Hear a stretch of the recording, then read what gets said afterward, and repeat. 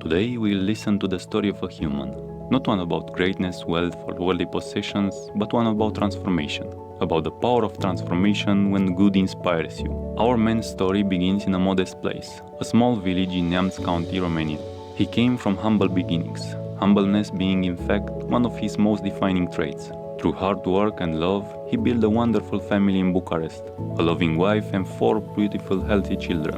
Nonetheless, our man had a dream. He knew that in Romania, just like in other countries around the world, there lived a dragon. But this dragon was gigantic. It had many heads and devoured 6,000 tons of food every single day, while 1 in 5 Romanians went to bed hungry. This thought gave him no peace. He had seen other countries where people made sure their dragons were fed more sparingly, allowing food to reach those in greater need, food that otherwise would have been devoured by the dragon. Motivated by this thought, our man made a promise to himself, that he would never have rest until the dragon will lie defeated and no one in Romania would ever have to go to bed hungry again. He prayed to God for strength and set out on this mission alone, but with more faith than an entire army could have. He began by discussing with people, anyone who would listen. Grocery store owners, humanitarian organization representative, supermarket managers. People thought he was crazy. They told him that this cannot be done in Romania, listing all kinds of excuses. It's easier to throw all the food to the dragon when we no longer need it or when nobody buys it. Society isn't ready. Things are fine just the way they are. But these excuses could not hold our hero back. His conviction of the importance of his mission was immovable. He began collecting food from anyone willing to keep it out of the dragon's jaws and deliver it to places in need. Foster homes, elderly care centers, people with disabilities. All this with his own car and money, managing to recover just a few dozen kilos of food from the dragon's claws. The dragon only found it amusing. After all, it was still feasting on over 6,000 tons daily. It did not even take him seriously.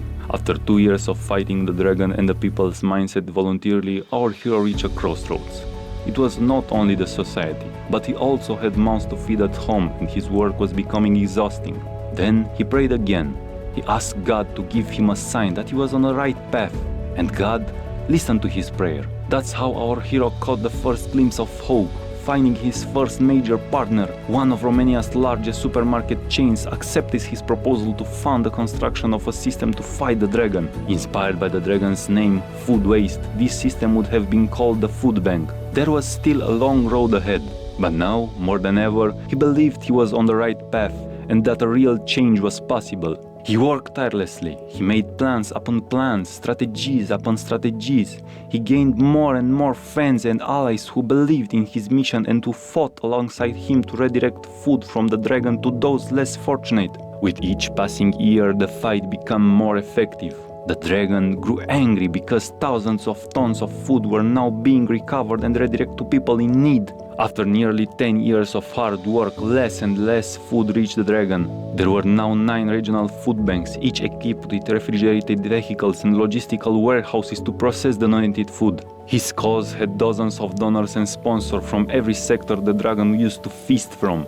And beyond that, the food banks now had hundreds of partner organizations distributing food to hundreds of thousands of vulnerable people. Now more than ever, our hero looked the dragon in the eyes. And for the first time in its existence, the dragon felt fear of defeat.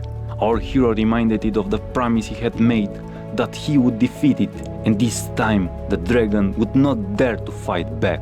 One day, when he carried on his work with the same passion as always, our hero was struck, as if a bolt of lightning hit him in the head. For the first time, he was down, determined, and without even considering the thought of giving up, he rose up, only to fall again. Doctors told him it was time for a break, that he now needed to take care of himself more than ever. He had fought enough, and it was time for a well-deserved rest. In the months that followed, our hero kept fighting, because that's what he knew best.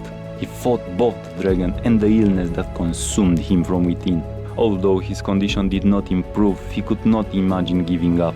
He continued making plans, staying close to his people and inspiring others in this mission. Until one night, when he felt overwhelmed, he prayed again, "Father, if it is your will, heal me so I can keep helping those in need." And God answered, "My child, you have done enough in this world. Now is your turn to rest.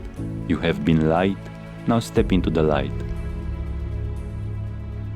The dragon rejoiced, believing that now, as the hero is gone, it would once again feast as its heart desired. But what the dragon didn't know is that we, those left behind, become more determined, more inspired, and more committed than ever to defeat it. Our hero did not die. He lives on through his own creation, through each and every food bank, through every act of kindness towards those less fortunate, and through every kilogram of food saved from waste. Thank you.